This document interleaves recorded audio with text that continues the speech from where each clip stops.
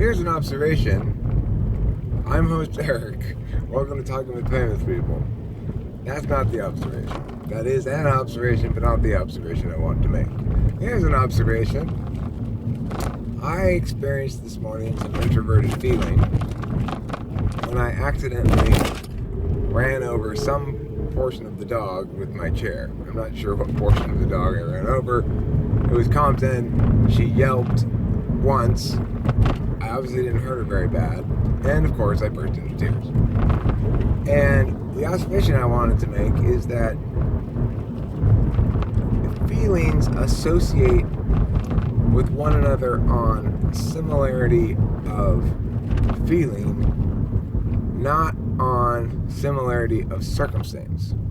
So what I mean by that is, for example, I draw associations between ideas all the time when I'm driving around. Like, for example, the spot I'm coming up to here, I once made a video in which I used this piece of land over here to the left to describe the difference between extroverted and introverted intuition. So now every time I drive past this place, that's the primary association I have with it, because I have no other strong thoughts at all. I don't have any other memories of ever doing anything in particular thinking wise regarding this little chunk of land over here to the left. It's actually over here. It's up here to the left. But the point is, I also have associations then with this racetrack here, which I can hear from my house, even though it's quite some distance away. So these are sort of thinking style associations where I see a location and I associate with it different thoughts I've had or different experiences I've had that are at that location. And if I'm doing extroverted intuition on thought models, then I've got all sorts of links between different models that use similar mechanisms but have different incarnations.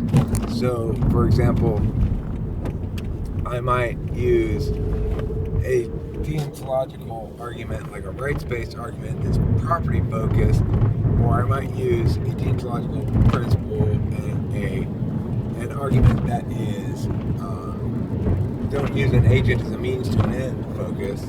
And fundamentally, I'm going to be arguing a binary mechanism, and the purpose of that is going to be to claim on-off moral high ground in the hopes of bypassing impacts, basically.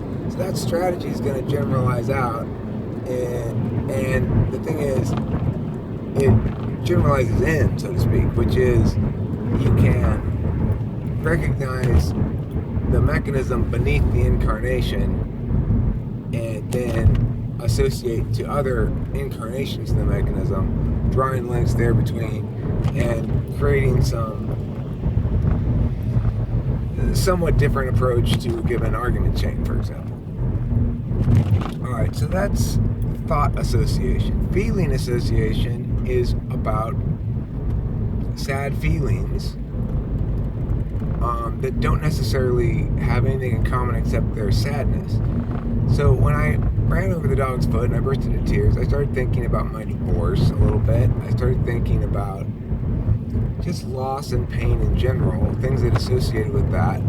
And, you know, it struck me, but those things have nothing to do with me running over the dog's foot.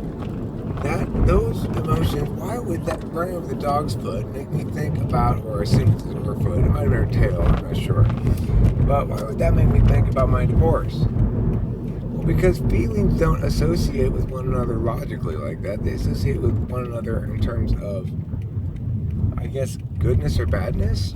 I'm sure there are lots of subtle distinctions between that in terms of feelings.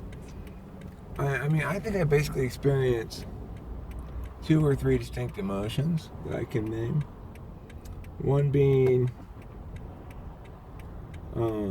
sadness or loss, which are kind of the same thing, I think.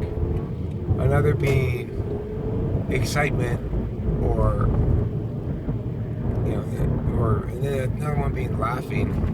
Is laughing an emotion? I think laughing is an emotion. I think laughing is the only true, purest emotion. Laughing and crying are the two purest emotions.